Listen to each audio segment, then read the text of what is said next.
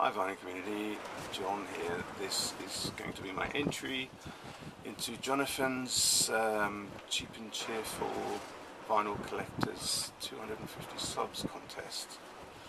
Jonathan asked us to show 5 records by 5 different bands.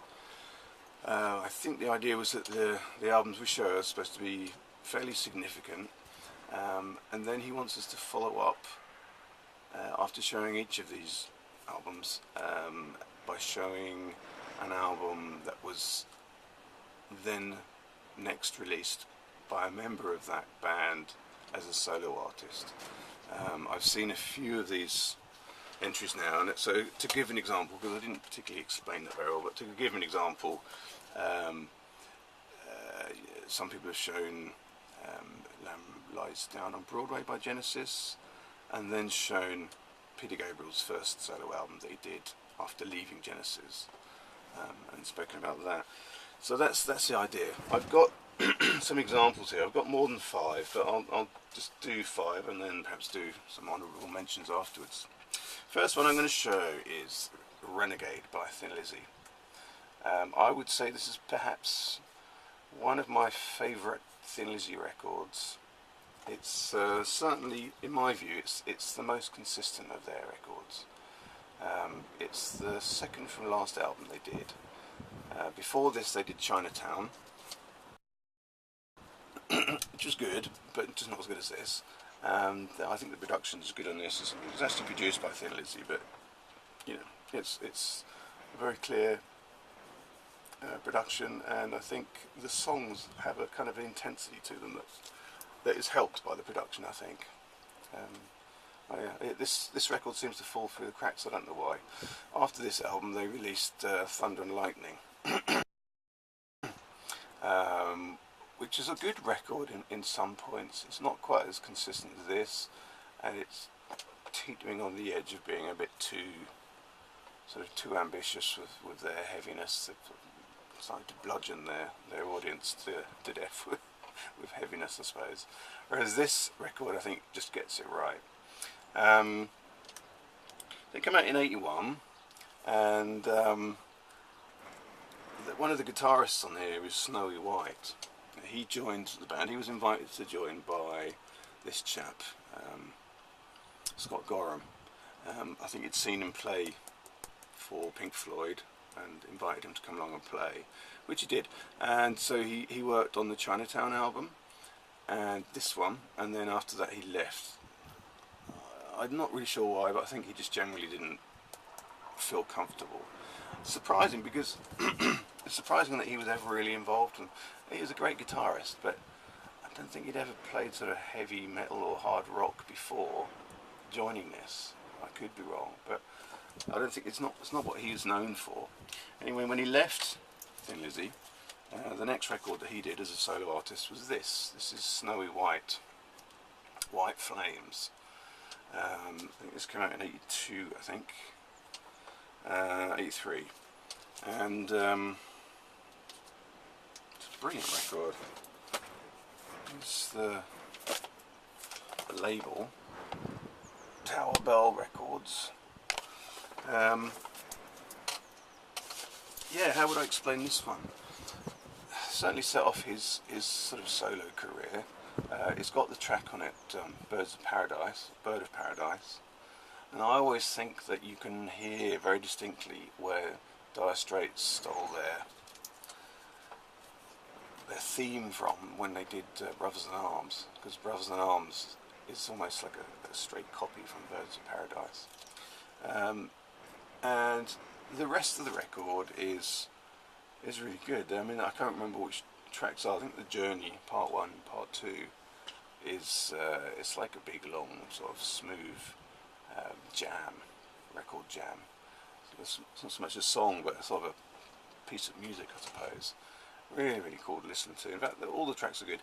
And what's so interesting is that it's not at all hard rock or anything like that. It's he's described as being a blues guitarist. I don't know if I wouldn't describe it as being blues, but on the other hand, if you think some of the music that Peter Green made as a solo artist in the sort of late 70s, 80s. Yeah, it kind of fits in with that. In fact, I think even Peter Green and Snowy White are friends. They've even worked together, so they kind of complement each other's styles. So that's the first set that I'm going to show. Next is I'm going to show this one. This is Come Taste the Band by Deep Purple.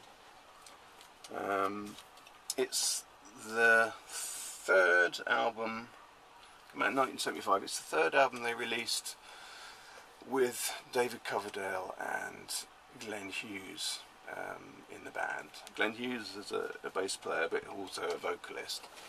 He's got a very distinctive vocal style, as does David Coverdale, of course. And together I felt that they really did make an excellent combination. And it's surprising, as far as I can tell, that they've never even worked together again since they worked in Deep Purple, which is a huge shame. Because I think between them, what they create isn't so easy enough for, you know, for a sort of a solo project in itself. This is the album where Ritchie Blackmore had left, and so he's not on this record. He was on the one before, which is Burn, and then he left and formed Rainbow. I guess, yeah, I could show Rainbow, couldn't I, really, after that? But I don't have Rainbow in this set, but I could easily fetch that. So they've got a guitarist called Tommy Bolin, this guy here, you can see him, and he was a strange person to replace Ritchie Blackmore with, I must say. I think he was more of a jazz guitarist, but yeah, I mean, he fills in, but I think you miss Ritchie Blackmore in this record. After this, I think, yeah, they pretty much sort of went their own separate ways. This is produced by Martin Birch, who, you know, is a very famous rock producer, famous for producing pretty much all of the classic Iron Maiden, for instance. Anyway, so after that, David Coverdale, he went on and did his own thing. So this is the very first David Coverdale Whitesnake record. So it's his sort of beginnings, if you like. He did release an EP called David Coverdale's Snakebite after he left, but that's an EP. After that he released this album, and it's a little different because, you know, on the Snakebite, on the Whitesnake records, they spell Whitesnake as one word, whereas here it's spelled as two. So it's really before Whitesnake had sort of become a band in itself. It's really just David Coverdale and you know, whoever he could sort of fit together to work with. There are some members of the band that went on to play in Whitesnake, like Mickey Moody, Roger Glover, for instance, is there from Deep Purple, so on. But so this is the very first, and is it a good record? It's not brilliant, no. It's okay. I guess it feels a bit primitive. You get what he's sort of trying to achieve. He wants to push his music into sort of a more of a bluesy rock kind of style. And the record that he brought out afterwards, although it's a very rubbishy cover, this was much more successful in terms of, you know, being a good record and fun to listen to. I don't listen to this one very much. I listen to this one a little bit more. But there you go. So that's David Coverdale, solo artist after leaving Whitesnake, after leaving Deep Purple. It's actually on the Purple label. Right. So that's my set 2. I'm going to show set 3. This is Van Halen, 1984.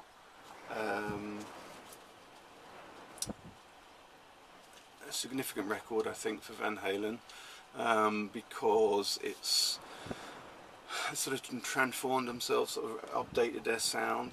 In this record, they include a few synthesizers.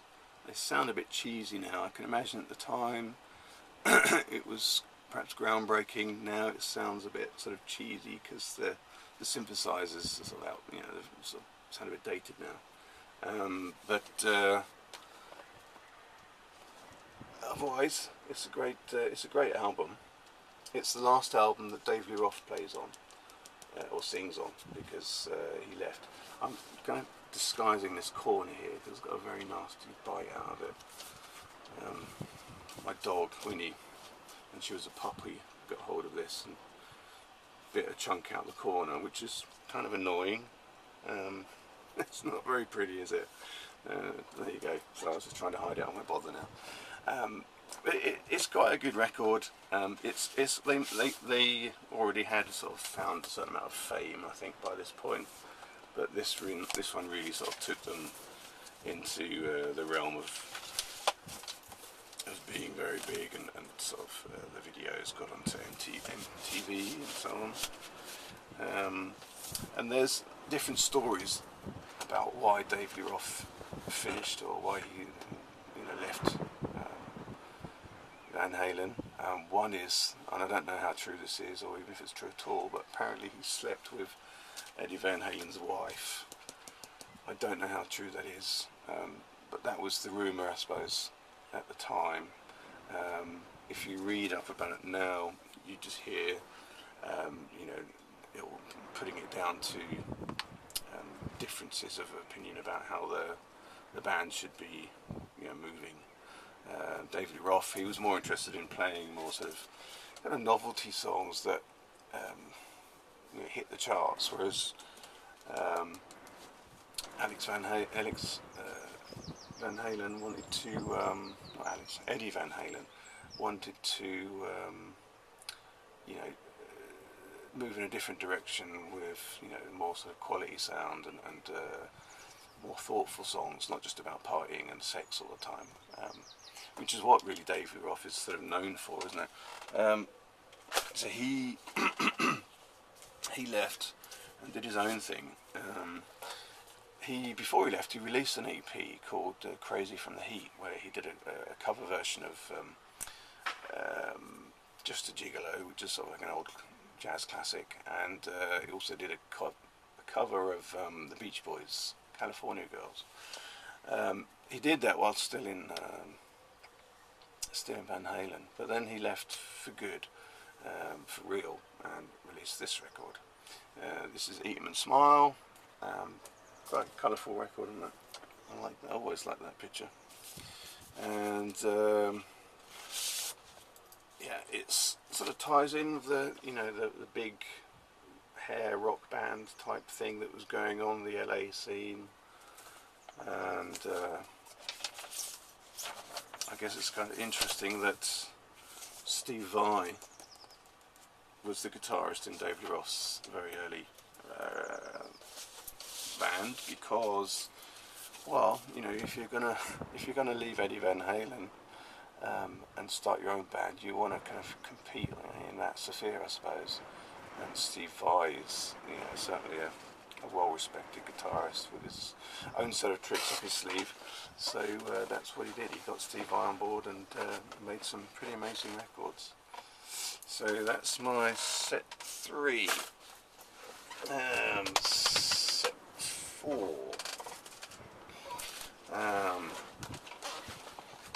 Okay. So I'm going to show this album by Yardbirds. This is the last Yardbirds album. I'm not that clued up on Yardbirds, and I've had this a while. I got it as a Christmas gift from my mother-in-law for a long time, and I just hadn't opened it. Always wait until I had a sort of a good time to sit down and enjoy it. And when I opened it just the day before yesterday to sort of start thinking about making this, I discovered that it was a splatter vinyl. I didn't know that. Quite a nice surprise. Nice Christmas present from my mother-in-law.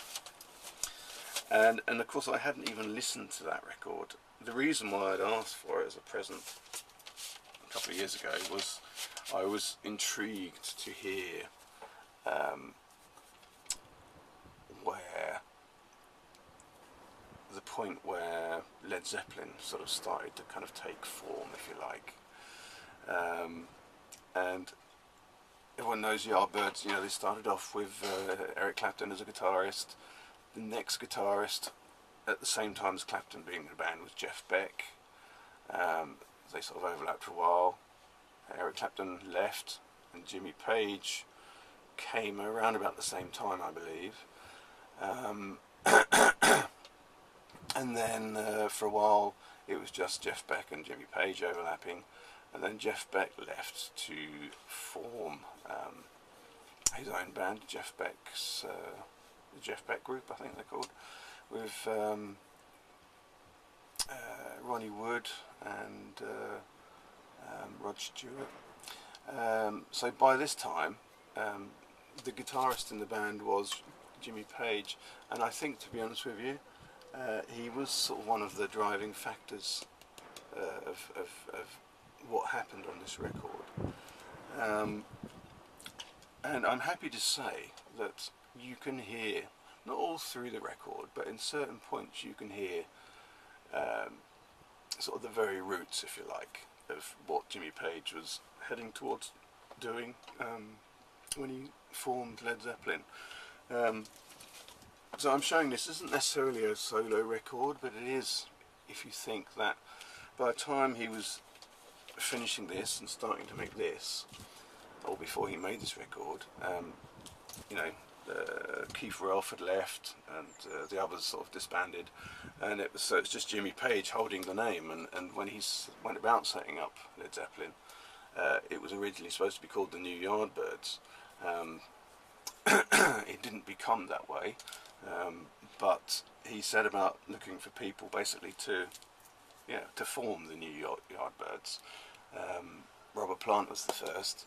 He got on board, and then eventually John Paul Jones and John Bonham.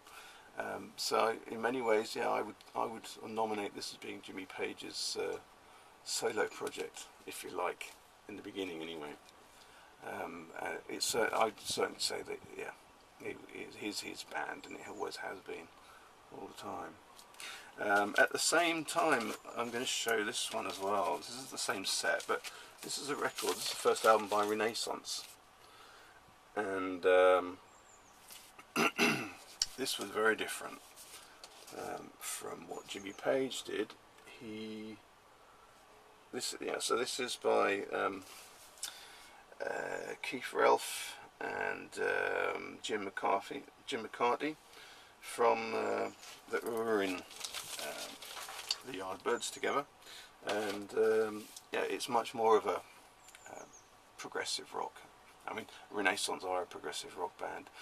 With this lineup, it was only they only did 2 albums, this one and the next one. After that, I think they more or less continued as the band Renaissance, but with an almost new lineup of people. In fact, Renaissance ended up being a band that completely changed its lineup through its history. There you go. So that's also perhaps another example of a solo album to come out of a band of a significant record. Tin Machine.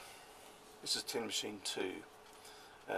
Tin Machine were a band of people that had sort of known each other for a long time.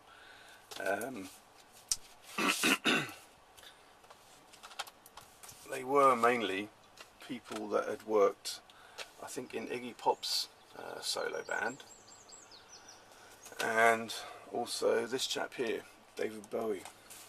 Now, the first album they did, Tin Machine 1, was just fantastic. A really good record. If you haven't heard it, I recommend you listen to it. It's really good. And before David Bowie sort of got together with this band and called themselves Tin Machine, he did a sort of a tour where basically he was, you know, retiring his back catalogue. He was basically saying, okay, so that I've done this now, I've done all this stuff. Now I'm going to kind of put that to bed and sort of start afresh, start anew. So he formed this band, or we got together with this band, made a fantastic debut album, really, really good. And then they released this one. And I think by the time they'd released this record, I think, yeah, they'd started to, I don't know, things started falling to pieces. I think they realised that they didn't really want to work together so much anymore after the, after the debut album. And the songs are more sort of polished. They're not as dangerous. The first record is really sort of dangerous and hard-edged, and it takes a lot of risks. This is more mainstream, I think. And so I think it probably didn't sell very well, probably flopped a bit. They released a live album called Ovey Baby after, and that did very poorly. And it's a boring album, just a boring live album. I wouldn't recommend that one at all. So after they did that, and I don't have this next one, the solo album afterwards that came out on record, but I got it on CD. This is David Bowie's Black Tie, White Noise.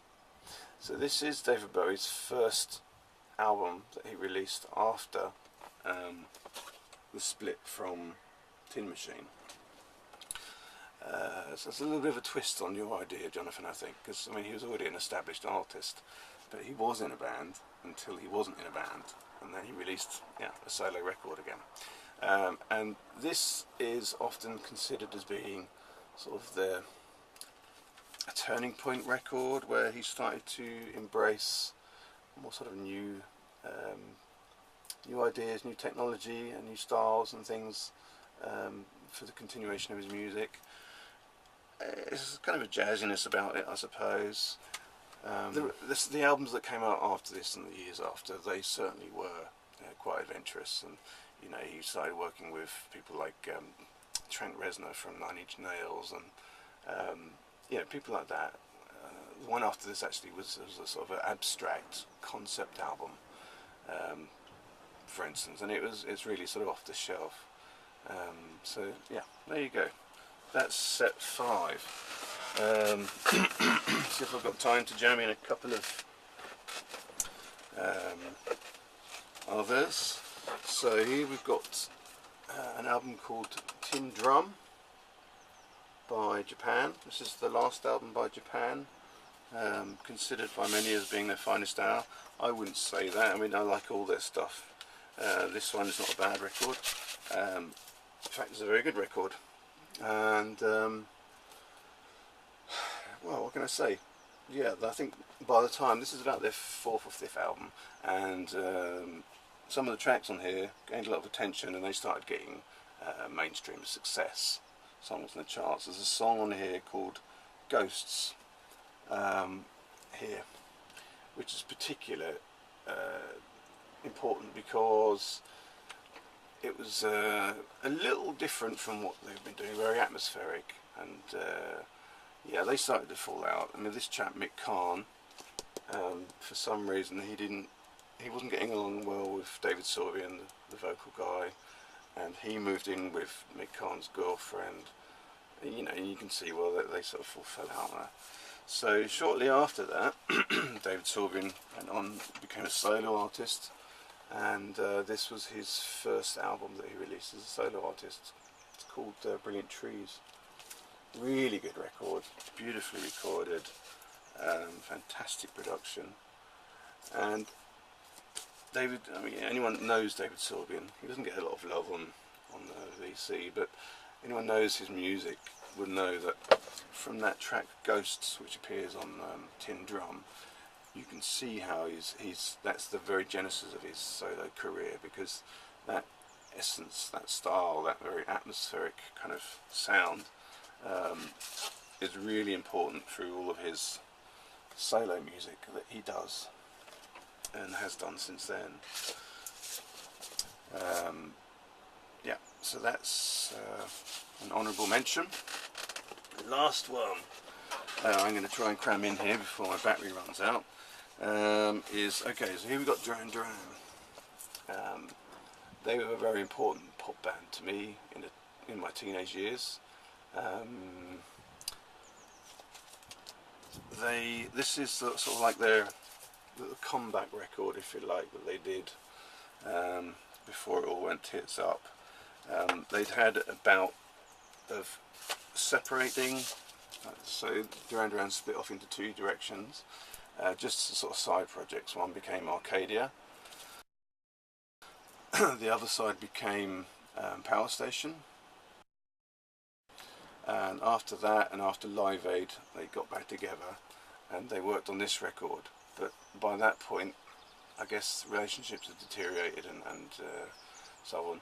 And the guitarist, who was in the band right from the beginning, a guy called Andy Taylor, he left halfway through. I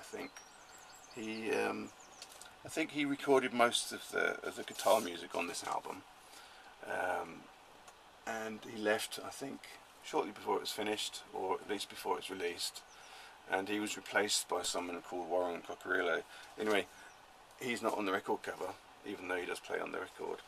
And he left to pursue his own solo career. So this is his first solo album called Thunder, and it's brilliant. It's really, really good. Came out in '87, yeah, so it's right in there with the sort of the hair metal type thing that was big on MTV, and that's where he sort of plugged himself in. And you kind of feel happy for him, because in Duran Duran, you know, although he was one of the musicians, he had to share space a lot with the keyboards and everything like that. Whereas here, it's like his own band. It's guitar based. It's a hard rock music, and he really lets loose, and you feel that so strongly. It's so nice. So he produced this record himself, together with Steve Jones from the Sex Pistols. He'd become big friends with Steve Jones and Rod Stewart, as a matter of fact, and all these. And he went on then to produce a band called Thunder. No relation, just that he sort of was the producer of this British band called Thunder, and with his production they sort of become a big famous band in the late 80s, early 90s in the UK. Okay, well, that's my honourable mention. Right, number 2. Thank you very much, Jonathan. Thank you very much, Vinyl Community. Hope this was interesting. Look out for my next video. Bye.